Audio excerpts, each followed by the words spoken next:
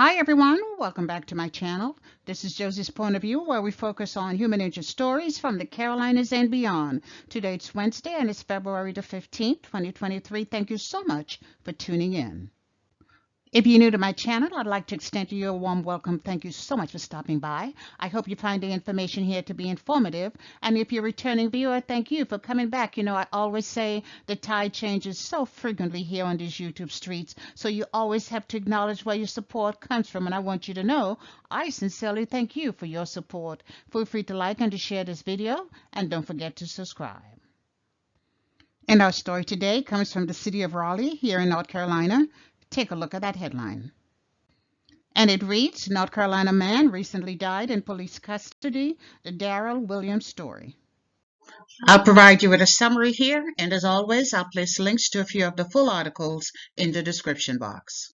Now, within the past few weeks, the topic of police brutality and police cover-up has definitely dominated the news. And this was all brought about, or I should say it was brought to the forefront after the senseless murder of a young man in Memphis, Tennessee, and that happened early in January. And in case you missed it, let me refresh your memory, and I'll do that rather quickly. Tyree Nichols was a 29-year-old black man pulled over on the streets of Memphis, Tennessee under suspicion of reckless driving, and this was on January the 7th. But what happened after that police stop has left us all shocked and gasping for air, and the entire police department is now struggling to regain public support, completely embarrassed, primarily because of public outcry. And that's the reason they're embarrassed, because it was made public. Embarrassed at the action of the Memphis police officers who beat this young man mercilessly, took his life, and then spent a lot of time covering up the evidence. I don't know if you were able to look at the videos. I personally could not. They were just too graphic for me. But the end result was undisputed. Tyree Nichols died on January the 10th as a result of the beating and the brutality he suffered by Memphis police officers on January the 7th. And we've also been watching the fallout from the Tyree Nichols case, because it's being done very public as well. 5 officers facing murder charges, a 6th officer fired, EMS workers fired. The latest report I heard was that there might be another 8 officers who would probably face disciplinary actions. But the Tyree Nichols problem is not an isolated one. It is just not happening in Memphis, Tennessee. It's happening around the nation. And while Tyree Nichols' case may have attracted worldwide condemnation, many other cases receive very little visibility, and life continues on as if nothing ever happened. And that leads us into our story for today. So our focus today is on 32-year-old Darryl Willaims, who died in police custody on January the 17th. Mr. Willaims died while he was being handcuffed by police, and this was 7 days after the killing of Tyree Nichols. And if you recall, Tyree Nichols died on January the 10th, and this incident in North Carolina happened on the 17th, 1 week later. Now, I waited for a few weeks after learning about Mr. Willaims' death, because initially the Raleigh police did not come out and share information only. They didn't come out and share it openly, I should say. It was only after the deceased man's mother went public with her story and she began demanding accountability for her son's murder. It was only then we began to see a trickle of information being shared with the public.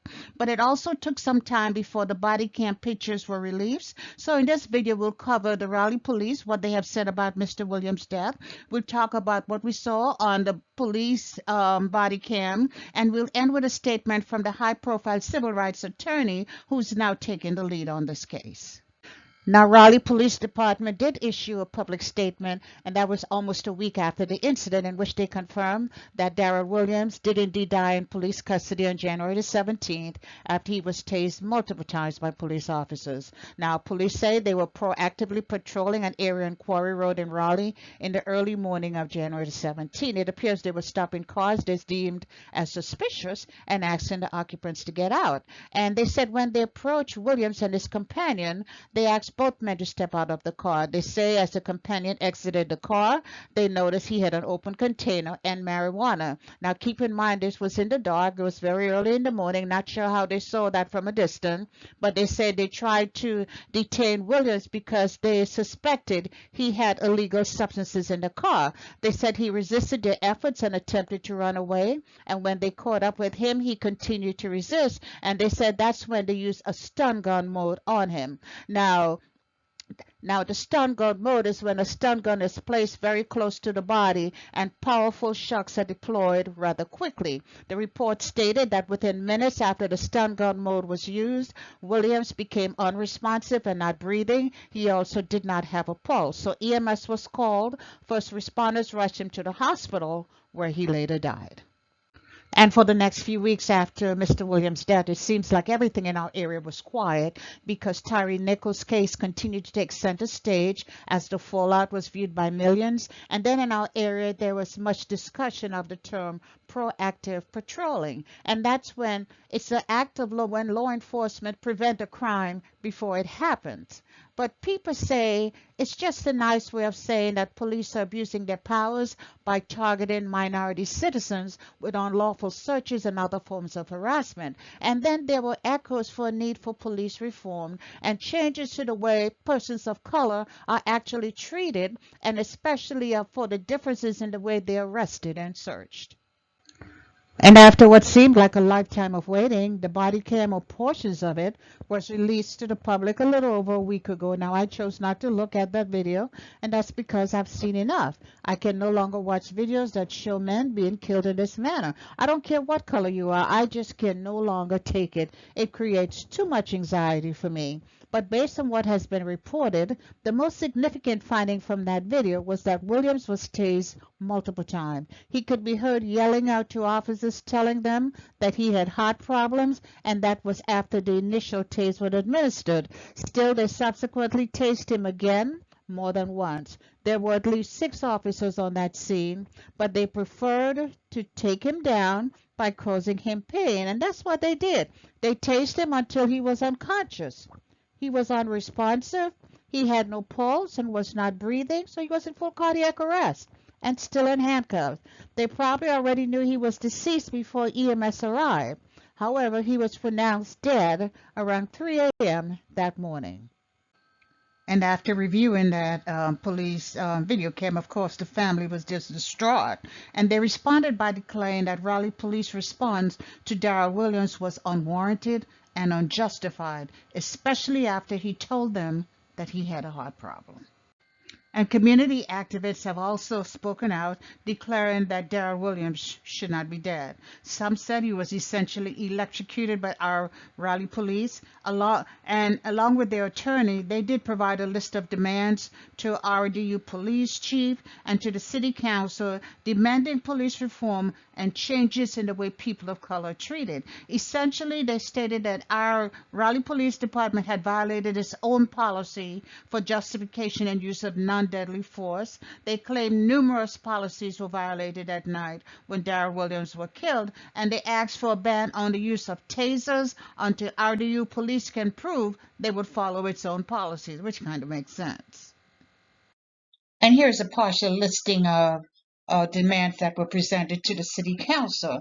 Now, community activists have also stated that an out-of-control police department with no accountability or functioning leadership creates a real and present danger for Black and brown people in Southeast Raleigh. I'm not sure if they're suggesting that the leadership in Raleigh Police Department is not there or that it's not effective, but that's what they said. And most of all, they demanded an end to proactive patrols from Raleigh-Durham Police, calling the surveillance of Black neighborhoods unacceptable, saying that officers must stop approaching individuals without probable cause that a crime is being committed. And just last week, we learned that renowned civil rights attorney Ben Crump had joined the legal team. Now, he has spoken out a few times on this case already, and 2 things he has stated clearly. First, he states that the killing of Darryl Willaims by Raleigh police officer was unjustified and unwarranted. Secondly, he is demanding that the police officers who were involved in the murder of this young man, 1, that they be fired, and 2, that they all be charged with murder. And I'm sure there's a lot happening behind the scenes that we don't really know about. We do know that the State Bureau of Investigation has not released its findings from their investigation of this incident. And I'm sure there may be several lawsuits that are currently underway. And there are probably a lot more that's going on that we don't know about. But I'll try to stay on top of this story, and I'll bring you updates whenever new information is available. And that's all I have for you right now. Feel free to leave me a comment below and let me know what you think about this video. And by all means, feel free to like it and to share it. And if you haven't done so already, I want to invite you to subscribe to my channel by clicking on that red subscribe button. It's on the bottom right-hand corner of your screen. And if you click on the bell that looks just like this one, that's a notification bell. If you click on that notification bell, you'll be the first to know whenever a new video is uploaded. I thank you for watching, and I'll talk to you soon. Bye.